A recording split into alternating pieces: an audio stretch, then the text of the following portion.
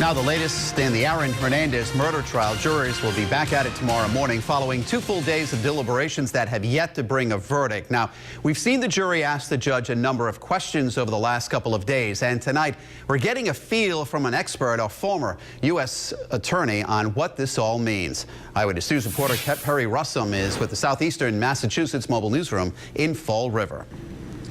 The jury has been deliberating for about 15 hours, only stopping a handful of times, asking the court for some clarification.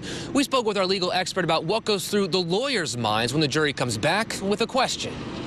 The jury to focus on. Question after question has been asked by the jury since they started deliberations on Tuesday.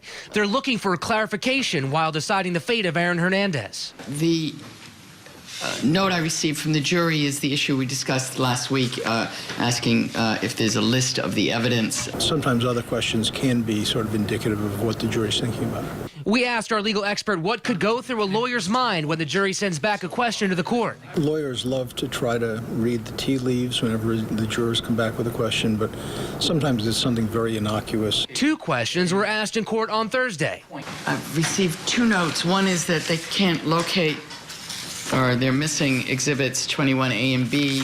The other question from the jury was about gun ammunition and whether the exact date mattered when deciding if Hernandez had the ability to access ammunition. The court had indicated in the instructions that what was focused was the ammunition found in the house on the date of, I think it was the date of the search warrant. It's been a long trial. There are some complicated evidentiary issues, and the jury sat through a lot, so I don't think anybody was very surprised to see them come back and ask a couple of questions.